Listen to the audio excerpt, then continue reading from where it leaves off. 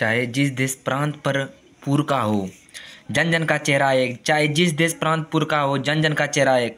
प्रस्तुत पंक्ति जन जन का चेहरा एक शीर्षक कविता से ली गई है, जिसके कवि गजानन मधव मुक्तिबोध है।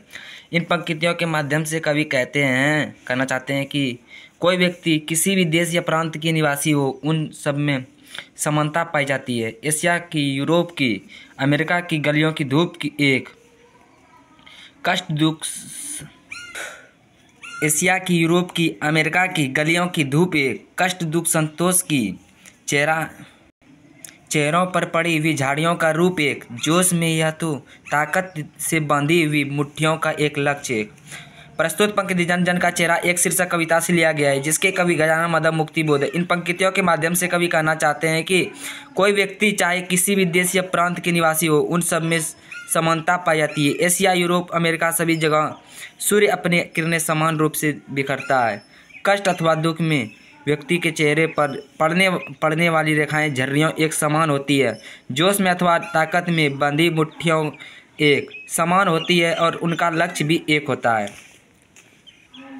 पृथ्वी के गोल चारों ओर के धरातल पर है जनता का दल एक पक्ष जलता हुआ लाल के भयानक सितारा एक अदीपित उसका विकराल सा इशारा एक। प्रस्तुत पंक्ति जन जन का चेहरा एक शीर्षक कविता से लिया गया है, जिसके कवि गजानन मधव मुक्तिबोध है। इन पंक्तियों के माध्यम से कवि कहना चाहते हैं कि सभी प्राणियों की समस्या भावनाएं समान है, लेकिन इस संसार में विभिन्नता है। कवि कहना चाहते हैं जिस प्रकार सारे संसार में सूर्य एक है और अपनी रोशन सभी चीज़ों पर समान रूप से बिखरता है, उसी प्रकार समस्या भी एक है।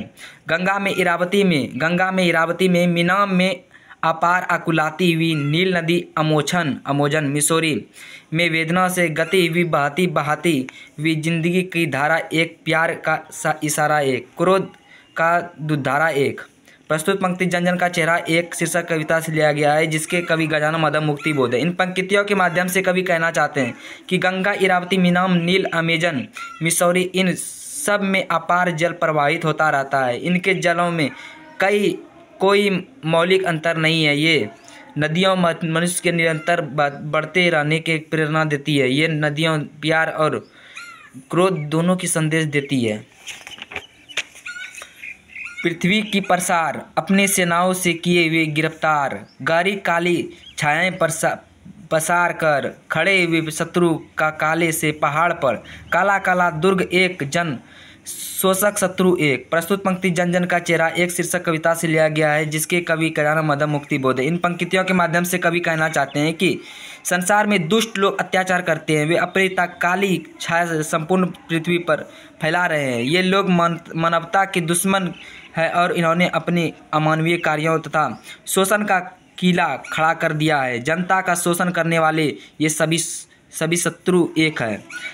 आशामयी लाल किरणों से अंधकार चीरता सा मित्र का स्वर्ग एक जन जन का मित्र एक। प्रस्तुत पंक्ति जन जन का चेहरा एक शीर्षक कविता से लिया गया है, जिसके कवि गजानन मधव मुक्तिबोध है। इन पंक्तियों के माध्यम से कवि कहना चाहते हैं कि आज दुनिया में आर्थिक विषमता और शोषण का अंधकार छाया हुआ है। इस अंधकार को आशामयी लाल किरणें अर्थात समाजवाद द्वारा ही दूर किया जा सकता है। कवि कहते हैं कि इस अंधकार को समाप्त होते ही सर्वत्र स्वर्ग की तरह शांति हो जाएगी। विराट प्रकाश एक क्रांति की ज्वाला एक धड़कते वृक्षों में है सत्य की उजाला एक लाख पैरों की मोच में है वेदना का तार एक हिये में हिम्मत का सितारा एक। चाहे जिस देश प्रांत पर हो जन जन का चेहरा एक। प्रस्तुत पंक्ति जन जन का चेहरा एक शीर्षक कविता से लिया गया है, जिसके कवि गजानन मधव मुक्तिबोध है। इन पंक्तियों के माध्यम से कवि कहते हैं कि प्रकाश का रूप एक है, सभी जगह होने वाली क्रांति की ज्वाला एक है। प्रत्येक व्यक्ति के हृदय में एक ही प्रकार के सत्य के संचार हो रहा है। लाखों लोगों के पैरों में एक ही प्रकार के मोच का अनुभव हो रहा है। शोषण के खिलाफ सभी के हृदय में एक ही प्रकार का साहस है। एशिया के, यूरोप के, अमेरिका के भिन्न भिन्न वास स्थान, भौगोलिक ऐतिहासिक बंधनों के बावजूद सभी और हिंदुस्तान। प्रस्तुत पंक्ति जन जन का चेहरा एक शीर्षक कविता से लिया गया है, जिसके कवि गजानन मधव मुक्तिबोध है। इन पंक्तियों के माध्यम से कवि कहना चाहते हैं कि भिन्न भिन्न सांस्कृतिक वाले एशिया, यूरोप तथा अमेरिका में भौगोलिक और ऐतिहासिक विशिष्टता के बावजूद वे भारत की जीवन शैली से प्रभावित है। सभी ओर बहनें हैं, सभी ओर भाई है, सभी ओर कन्हैया है ने गाय चराई है। जिंदगी की मस्ती की अकुलाती मोर एक बसी की धन सभी और एक। प्रस्तुत पंक्ति जन जन का चेहरा एक शीर्षक कविता से लिया गया है, जिसके कवि गजानन माधव मुक्ति बोध है। इन पंक्तियों के माध्यम से कवि कहना चाहते हैं कि भारत की संस्कृति में प्रत्येक स्थान पर भाई बहन सा प्रेम है। यहाँ भगवान कृष्ण की छवि चारों ओर व्याप्त है। यहाँ हर जगह कृष्ण में गाय चराई है। यहाँ जिंदगी में मस्ती भरी पड़ी है। सभी ओर कृष्ण के बंसी की धुन व्याप्त है। दानव दुरात्मा एक, मानव की आत्मा एक, शोषक और खूनी और चोर एक। जन जन का शीर्षक, जन जन के शीर्ष पर शोषण का खड़ग अति घोर एक। दुनिया के हिस्सा में चारों ओर जन जन का युद्ध है। प्रस्तुत पंक्ति जन जन का चेहरा एक शीर्षक कविता से लिया गया है, जिसके कवि गजानन माधव मुक्ति बोध है। इन पंक्तियों के माध्यम से कवि कहना चाहते हैं कि पूरे विश्व में दानव और दुष्ट आत्मा एक है, शोषक खूनी और चोर एक है, तथा दुनिया के हर एक हिस्सों में दुरात्माओं चारों के खिलाफ युद्ध भी एक है।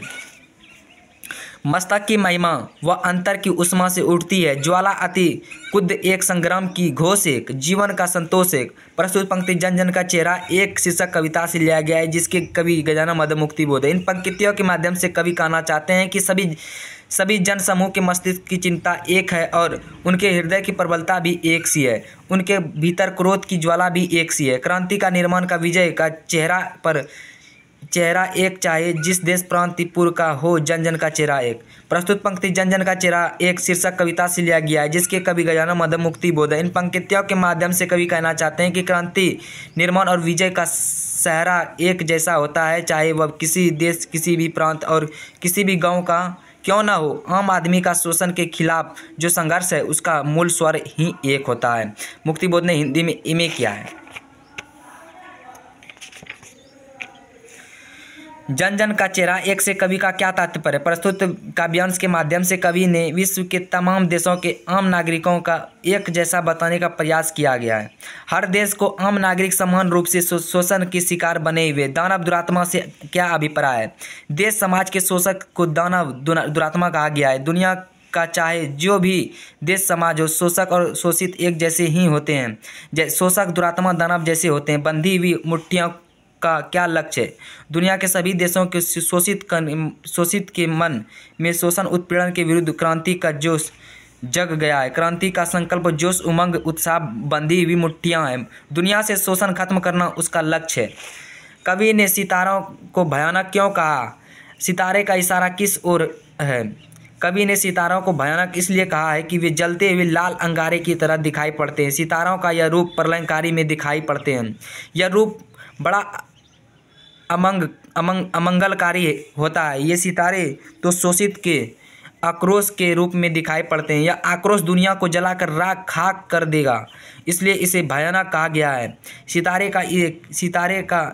का इशारा शोषक पूंजीपति वर्ग के शोषण के विरुद्ध क्रांति की ओर है। इस क्रांति से अब पूंजीपतियों का नाश होगा तथा मजदूरों का राज्य कायम होगा। नदियों का वेदना का क्या कारण है। दुनिया की सभी नदियों में नागरिकों की जिंदगी प्रवाहित होती है। इन नागरिकों में अधिकतर शोषित पीड़ित मजदूर है। इनकी जिंदगी में शोषण की वेदना है। यह वेदना ही तो नदियों की धाराओं में प्रवाहित होती है। इस प्रकार शोषितों जीवन की वेदना ही नदियों की धारा के रूप में प्रवाहित होती है। ज्वाला कहाँ से उठती है। कवि ने इसे अति क्रुद्ध क्यों कहा। शोषित पीड़ित मजदूरों के अंदर से ज्वाला उठती है। वे शोषण उत्पीड़न के कारण काफ़ी आक्रामक हो उठे हैं। उनके अवकर्मक मनस्थिति से क्रांति की ज्वाला उठती है। ये शोषित पीड़ित अत्यंत आक्रामक है। इस कारण इसे अति क्रुद्ध कहा गया है। प्यार का इशारा और क्रोध का दुधारा से क्या तात्पर्य। दुनिया के तमाम देश के शोषित पीड़ित शोषण उत्पीड़न से मुक्ति के लिए पहले शांति प्रेम के मार्ग का अनुसरण कहते हैं, अर्थात शांतिपूर्ण ढंग से अपनी समस्या का निदान करना चाहते हैं। उसमें विफल होने पर वे आक्रामक स्वरूप अख्तियार करते हैं। हिंसक बनकर वे विद्रोह करते हैं। पृथ्वी के प्रसार को किन लोगों ने अपनी सेनाओं से गिरफ्तार कर रखा है। पूंजीवादियों या साम्राज्यवादियों ने अपनी सेनाओं के माध्यम से पूरी पृथ्वी के प्रसार को गिरफ्तार कर रखा है, अर्थात पूरे विश्व पर उसने अपना आधिपत्य जमा रखा है। पूरी दुनिया में जन जन का जन जन का युद्ध क्यों चल रहा है? पूरी दुनिया में दो प्रकार के लोग हैं, एक शोषक वर्ग और दूसरा शोषित वर्ग। दोनों के बीच संघर्ष चल रहा है। ये शोषित पीड़ित अपने आत्मरक्षा के लिए शोषकों के विरुद्ध युद्ध कर रहे हैं। ये शोषक शोषण करने से पीछे नहीं रहते हैं। इस प्रकार शोषक और शोषित के बीच युद्ध चल रहा है। जन जन का चेहरा एक कविता का केंद्र स्पष्ट करे। प्रस्तुत कविता में जटिल बिंबों के कवि गजानन माधव मुक्तिबोध ने अपनी साम्यवादी चेतना को अत्यंत स्वाभाविक रूप में प्रस्तुत किया है। विश्व के तमाम देशों के आम नागरिक को एक जैसा जीवन जीना पड़ता है। ये आम नागरिक चाहे एशिया के हो या यूरोप के, इन्हें अमीरों की शोषण का 10 झेलना पड़ता है।